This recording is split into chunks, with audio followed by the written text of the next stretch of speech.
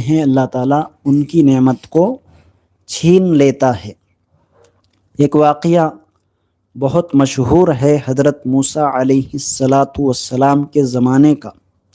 حضرت موسیٰ علیہ السلام کے زمانے میں ایک آدمی تھا جو مالدار تھا، اور ایک آدمی انتہائی غریب اور فقیر تھا۔ تو مالدار نے حضرت موسیٰ علیہ السلام چونکہ اللہ تعالیٰ سے کلام کرتے تھے تو ان سے کہا کہ اے موسیٰ، جب آپ اللہ تعالیٰ سے کلام فرمائیں تو اللہ تعالیٰ سے یہ کہہ دیں کہ اوپر جو اللہ تعالیٰ کی نعمتیں ہیں، مال و دولت جو نعمت ہے، اللہ اس نعمت کو کم کر دے، یعنی مجھے مال و دولت بند کر دے۔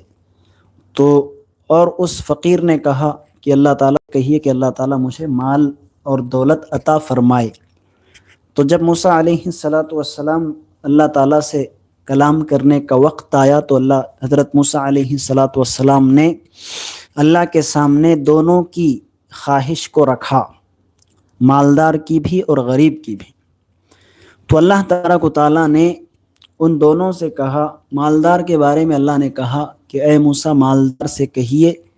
کہ وہ اللہ تعالیٰ کی ناشکری کرے، کیونکہ جب وہ ناشکری کرے گا تو آٹومیٹک خود بخود اس کی نعمت کے اندر کمی ہو جائے گی، کیونکہ جب اللہ کی ناشکری کی جاتی ہے تو نعمت اللہ تعالیٰ چھین لیتا ہے۔ اور اس غریب اور فقیر سے کہیے کہ وہ اللہ تعالیٰ کا شکر ادا کرے تو اس کی نعمت میں اضافہ ہوگا، وہ مالدار بن جائے گا، مال و دولت اس کے پاس آئے گا۔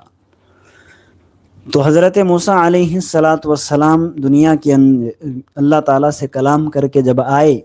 تو مالدار سے ملاقات ہوئی۔ مالدار نے کہا کہ آپ نے اللہ تعالیٰ سے کلام کیا؟ تو موسیٰ علیہ السلام نے کہا کہ میں نے اللہ تعالیٰ سے کلام کیا ہے، اور اللہ تعالیٰ نے آپ کو یہ حکم دیا ہے کہ آپ اللہ کی ناشکری کریں۔ تو جیسے ہی آپ اللہ کی ناشکری کریں گے تو نعمت میں آٹومیٹک کمی ہوتی چلی جائے گی، خود بخود نعمت میں کمی ہو جائے گی۔ تو اس مالدار نے کہا کہ جس اللہ نے مجھے اتنا مال و دولت سے نوازا ہے، جس اللہ نے مجھے اتنی نعمتیں عطا فرمائی ہے، اس اللہ کی میں کیسے ناشکری کر سکتا ہوں؟ میں اللہ تعالیٰ کی ناشکری نہیں کر سکتا۔ پھر حضرت موسیٰ علیہ السلام کی ملاقات اس غریب اور فقیر سے ہوئی، تو اس غریب اور فقیر آدمی سے حضرت موسیٰ علیہ السلام نے کہا کہ تم نے بھی کہا تھا، تم نے بھی اپنی خواہش اللہ کے سامنے رکھنے کی بات کی تھی،